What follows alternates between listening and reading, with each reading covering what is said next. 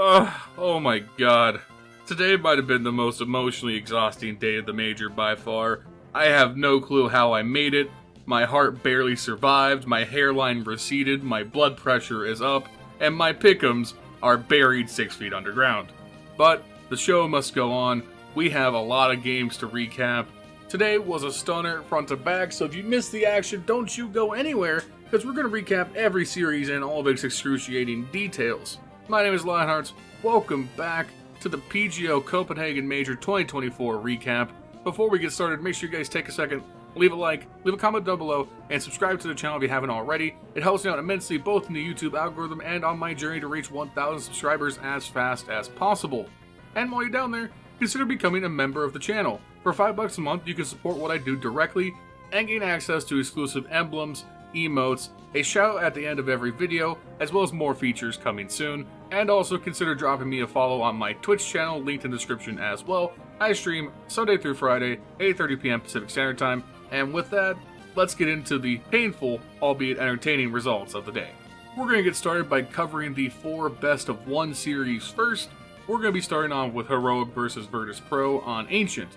And one thing to clarify before we get started, regardless of the fact that Virtus Pro won this game comfortably 13-6 and James had a great performance, you need to understand something. I am Virtus Pro's #1 hater. So long as this version of Virtus Pro exists, I will exist to rebuke and rebuff all of their results, even if it means being a needless contrarian. So despite them winning comfortably and playing good on Ancient and all that being well and good, just know that I don't like it. But in all seriousness, Nerds going missing for Heroic was a big deal, and they had no answer for James on the op, and so it let VP run off a huge T-side lead that frankly was just too much to overcome for Heroic.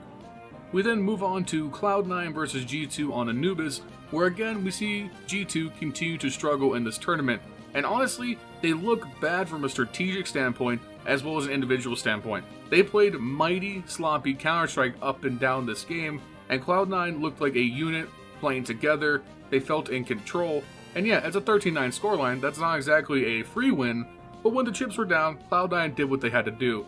This was also an absolute smoking performance from Electronic, who had been silent really thus far in the tournament, which is great. They need Electronic to frag at the top level for them to be able to go deep, and that's what Cloud9 got today. And we move on to our next match, and I'm sad, because FaZe got blown the absolute fuck out by Eternal Fire on Overpass, 13-1, and Jesus Christ, FaZe. What the hell was this? This is one of the worst matches I have seen this iteration, this core of FaZe ever play. This was disgusting. This was absolutely repugnant. This was revolting. This was just... ugh. And most of all, it makes me sad. I had FaZe as one of my potential 3-0 teams. They are now quickly running their way down the bracket into mediocrity, and frankly, no one is showing up. I hate to do it. It hurts my heart. I have no pleasure in saying this. FaZe, you are on fraud watch right now. This is a fraudulent performance. Rain and Kerrigan are combined to be 2 of the worst performers in the entire tournament right now. Rob says game to game, some moments brilliant, sometimes lacking. Brokey is the same thing, can't really bet on him to show up game to game, and Frozen still feels like a new part getting bedded in. This is just not the FaZe we expected. This is not the FaZe that has been first or second in every tournament they've played in since CS2 came out. I'm gonna go ahead and just make the bold prediction. I think FaZe are out of this tournament. I think FaZe are gonna go out quietly and sadly, and that's gonna suck because this is the Danish Major, and Kerrigan is one of the best Danish players ever, and he's going out sad right now. So I am sad. And wrapping up our best of ones, we have Vitality versus Imperial on Overpass. And Vitality take the win here, 13-9. And I think they just get the job done. This was just a very routine, standard game. Nothing really exceptional from ZywOo, but he got the clutch kills when he needed it. And it was really up to Spinks, who had a godlike map, 26-16, with a 1.95 rating to really carry them through. I think if you're Imperial, this looks like a very winnable game in retrospect. Spinks is by no means the top performer on this Vitality squad, and you got a quiet game from ZywOo. That's pretty much all you can ask for in terms of the door being open. But let's be honest, if Vitality showed up with the form we would expect of him, Imperial wouldn't have been in this game in the first place, so it just kind of is what it is. Imperial still have a chance at the tournament, and I think they're looking good for their next matchup. And with that, we move on to the best of 3 series for the day, where the 2-0 teams would compete for the first qualification into the playoffs, and the O2 teams would compete to stay alive. First series of the day, Mouz and Complexity, where Complexity got bodied so goddamn bad, they won 3 rounds in 2 maps. And oh my god, So this series was early in the morning. I had just woken up. You know, I could see the sun rising on another beautiful American morning. I could feel the patriotism stirring within me, knowing that Complexity were rising to the occasion in Copenhagen, the great American hope, after that dominant, surprising day 1 performance. And in my mind, I thought, man, Mouz, they're good, but they're not the best team in this field. We dodged Team Spirit, we dodged NAVI. Complexity have a shot. Complexity could do the impossible. They could go through 3-0 into the playoffs, shock the world. And then everyone shit the goddamn bed. It takes 2 to tango. Mouz played a fantastic series. They did not give Complexity any room to breathe. They were overwhelming both strategically and in terms of raw power. And this Mouz team is a threat. They go through the playoffs and they're playing the best CS in the field next to Team Spirit. Mouz have a serious chance to go deep in this major. There's absolutely no discredit to them whatsoever. The only thing I'll say is that people are going to look at the box score here and assume Complexity were never in any rounds, but if you go watch the games, Complexity lost many, so many that I wanted to bash my head through a goddamn wall. 1v1, 2v2, late game situations where these rounds could have gone either way. They just couldn't win the clutches. If any of these, a handful, go Complexity's way, we're looking at like 13-6s, 13-9 scorelines, Complexity having more chances to have economic control. The games are entirely different if the small margins go their way instead of against them. And yes, is that Cope? Yeah, obviously. This is my favorite team in the tournament. Fuck you, we're moving on. So if Complexity and Mouz played a very uncompetitive and underwhelming series, Pain and the Mongolz decided to have one of the most epic grudge matches I have ever seen in Counter-Strike. When I tell you that this match, this series, went the whole goddamn distance, the Mongolz and Pain played 3 maps of Counter-Strike in 4.5 hours! 4.5! 4.5! On the other stream, almost 2 complete best of 3s were played in the same time that Pain and Mongolz played their set. Oh my god. Starting out on Mirage, we had the Mongolz jumping out to an early 1-0 lead, taking the map 13-9, led by 910, who had an amazing performance on the op, dropping 25 kills on the map with a 1.62 rating, and frankly, Pain had no answer for his ability to op on both sides. However, there were definitely moments where Pain was very much in this game. Nisum and Big Azera came up with 21 and 18 kills respectively, leading their team as usual. They won many rounds straight up because of the brilliance of these two, and Big Azera's ability to IGL and consistently drop 20 frags in every goddamn game needs to be studied because I've never seen anyone do this. And you would think, okay, this is the O2 elimination game. Pain had been taking L's like it's going out of style the last few days. Going down early to a team that has beaten them many times on LAN in the Mongolz would be demotivating. You'd think Pain would kind of bow out quietly. No. We would go to Nuke, and Pain would have a back and forth grudge match where they would end up taking it 13-10. They took 7 rounds on the T side, which is already incredible. They held out an assault from Mongolz on their own T side, and then won 5 straight to close out the map. And again, what do you know? You have Lux, Nisum, Big Azera as the top 3 fraggers. Lux had a performance that was very, very good for his level. He had 22 kills and a 1.5 rating. Nisum right behind him with 21, and Big Azera was 17. Just putting out great production for an IGL, game to game. It's crazy. And this game was nail-biting, especially in those last few rounds, where Mongolz were in it in pretty much every single instance, but Pain just had a godlike ability to close out the rounds consistently and keep in control. And then we go to Inferno. Pain and the Mongolz would play this Inferno game for nearly an hour and a half. And during that time, would play one of the most back and forth bloodbath Inferno games I have ever seen live. These teams were so goddamn even that look at this box score. You have on Pain Gaming, Lux with 29, Big Azera with 24, NQZ with 26, Nissan with 27, and Kawes with 26. So everybody well above 20 kills, almost everybody had a 1.0 rating, nobody's slacking, And you think, wow, what a godlike performance. Surely they just ran over the Mongols. No, no, no. You go look at the Mongols score. 28 from 910, 28 from Techno, 26 from Mizzino, 22 from Senzu, and 23 from Blitz. Both of these teams just could not stop haymakering the ever-loving shit out of each other. And then you look at this round history, courtesy of HLTV. Alright, I'm gonna take 2 rounds. Now I'm gonna take 3 rounds. Hey, I'll win 1. Okay, I'll win 2. Alright, I'm gonna win 3. Alright, I'm gonna win 1 back. No, you, I'm gonna win 3. No, you, I'm gonna win 3. We go to the overtime. 2, 1, 1, 2, 1, 3, 3, 4 for Pain to close out the game. This was so back and forth that while I was watching the Spirit Cloud9 game on my other monitor, I was chilling with my buddy John, and I'm like, hey man, you know that on the other stream, Pain and Mongolz tied up each other again for like the 17th time. And I was like, when is this game gonna end? It just couldn't. Mongolz would clutch, and then Pain would clutch 2 rounds later.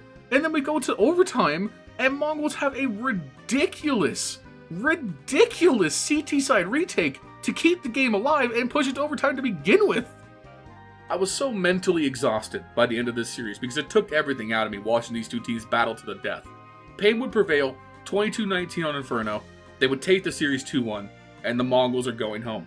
But dude, these teams are both, they're good. These are good teams. I just want to take it aside and just mention that in most majors, there are usually a couple of teams or like one team who make it to the actual like playoff stage or the elimination stage, and they're just frauds. They're not supposed to be there. They were bad teams who qualified by chance or by loopholes and bad RMRs or whatever, and they're not up to the competition level of everybody else here. Pain and the Mongols, they are not those teams. These teams could take maps off top competition and did. These are tier 2 teams with tier 1 superstar potential talent on them, and I hope they continue to develop because they showed amazing points throughout the tournament. The Mongols going out here is no discredit to them as a team. They played great games. Mizzino is a goddamn star, and losing to Pain is no discredit because Pain has their own budding stars on it. What an incredible set of games. And speaking of incredible, and speaking of a potential finals matchup, we had Spirit versus NAVI in the 2-0 game. And if you guys didn't know, these teams got beef. Wonderful. The Opera for NAVI was the Opera on Team Spirit before they signed Shiro and kicked Wonderful. So Wonderful and NAVI, they got a grudge. They have a huge grudge against Spirit. And Spirit are one of the best teams in the world right now.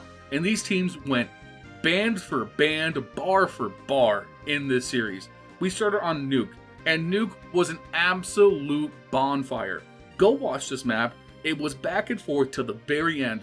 Spirit looked to be firmly in control, especially early on, but an albeit like pedestrian performance from Donk seemed to hold them back in the end. And the strategy and team play from NAVI was immaculate.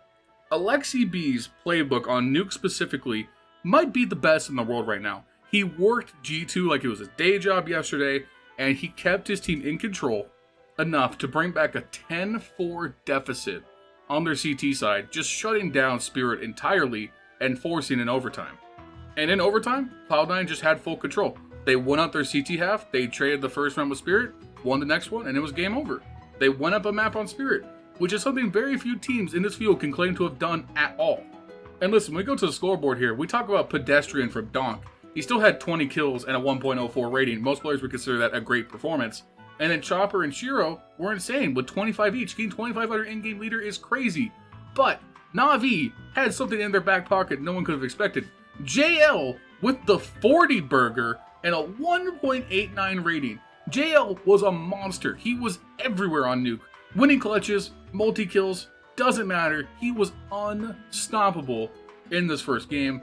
And then we move on to Ancient. And it looked like NAVI might have poked the bear, because the team spirit that's been dominating these last few months came to play on Ancient. They ran off an 8-4 half on T side. Cloud9 could literally do nothing. The combination of Zontix, Donk, and Shiro were just too much. Magic's winning clutches. Donk with again 20 kills on the game, but a 1.46 rating, a huge ADR. He was getting so many first kills and multi-kills. He was on fire. But again, credit to NAVI here. They got put in match point early in the second half, and then ran off 5 straight rounds to keep it close before Spirit took control and won the last one. But again, I think the hallmark for the series was Imma going missing for NAVI. He's like their 3rd or 4th best player, depending on how you value Bit, and he was awful for this series and wretched on Ancient. 6 kills, 0.53 rating, just was getting abused routinely. We moved to Mirage for the final map, and Spirit were in full control and didn't look back. This was a 13-7 game, wasn't particularly close here, and Donk, Shiro, Zontix, they just looked unstoppable. Anytime they were getting peeked into, it looked like they were going to win that 1v1 no matter what. Donk had a 19 kill, 1.56 rating game, Shiro right behind him with 18 and a 1.44. Meanwhile, Navi, again, just kind of fell apart. Emma was getting abused routinely, especially on the T side. Alexi B's calling was okay, but they just couldn't get anything working. And then the combination of JL and Wonderful just wasn't enough in terms of production to keep up with what Spirit were doing. Once we got over to the second half, Navi won the pistol plus the next one, and then Spirit calmly won the next 6 on T side to close it out and advance 3-0, while Navi dropped down to the 2-1 bracket. And for the final series of the day, we saw Ecstatic battle Furia to stay in the game, both of them in the 0-2 bracket. And honestly, this is when Furia simply ran out of gas. I, was very critical of them to start the tournament. I think they salvaged themselves in the opening stage, but it's clear they weren't up to par with the remaining competition, especially once the elimination stage really got underway. They weren't competitive in any of their games, and honestly, that felt pretty much the same here, except for the second map, which we'll talk about in a second. On Overpass, it was 13-7, Ecstatic were in control the entire time. They won 9 rounds on their CT half, and even though they gave up the first 4 to Furia, as soon as they got control of their economy on the T side, they won the next 4, and that was it. Nikodos, Queenix, Kragan doing really good. Over on their side, Fallen had his last great game of the tournament with a 1.5 rating and 22 kills. K-Serrato right behind him with 14 and a 1.2 rating. But everyone else just went missing. Just nothing impressive at all out of Cello, Yuri, or Art, and that set them behind early. But moving to Inferno, fair enough, Furia really put up a fight here and ended up winning this 16-14, going to overtime and then clutching it out. And the story here was K-Serrato had a pop-off. K-Serrato with 27 for the game, a 1.47 rating. Yuri right behind him with 25. And the real story here for me is Furia's ability to clutch up on the T side. Once they got to the second half and got off the CT side, it looked like this one might slip away when Ecstatic ran off 5 straight to start the half. But once Furia actually got their first round on the T side, they won 4 straight, they felt very comfortable. They lost very closely in the next round in a post-plant situation, but then were able to comfortably move it to match point. They lost the last round in tragic fashion, admittedly, but once they got into the overtime, they took 2 of the 3 on their T side, and they got 2 of the 3 on the CT side. They felt very in control of the overtime, very calmly just shutting Ecstatic down and keeping in the game to push it to map 3. And there's no nice way to put it. Ancient was, it was just a bad performance from Furia. They did good to open up. I mean, you get on T-side Ancient, sure, you run off 7 rounds, 7-5 half, not bad. You're in it, you're competitive, things are going good. The only thing that is absolutely horrible, if you look at the scoreboard, is K-Serrato had no kills, at all. Just a wretched, worst game of the tournament performance in a must-win game from their best player. Fallen, also awful. They were just relying on Yuri and Art to get anything going.